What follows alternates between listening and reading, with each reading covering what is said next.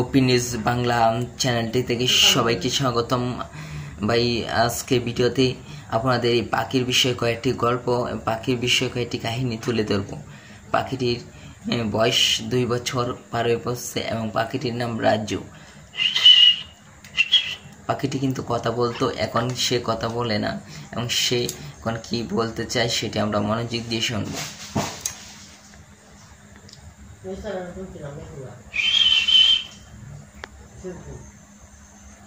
কারণটা কি, হঠাৎ রাজু ভয় পাইছে কেন?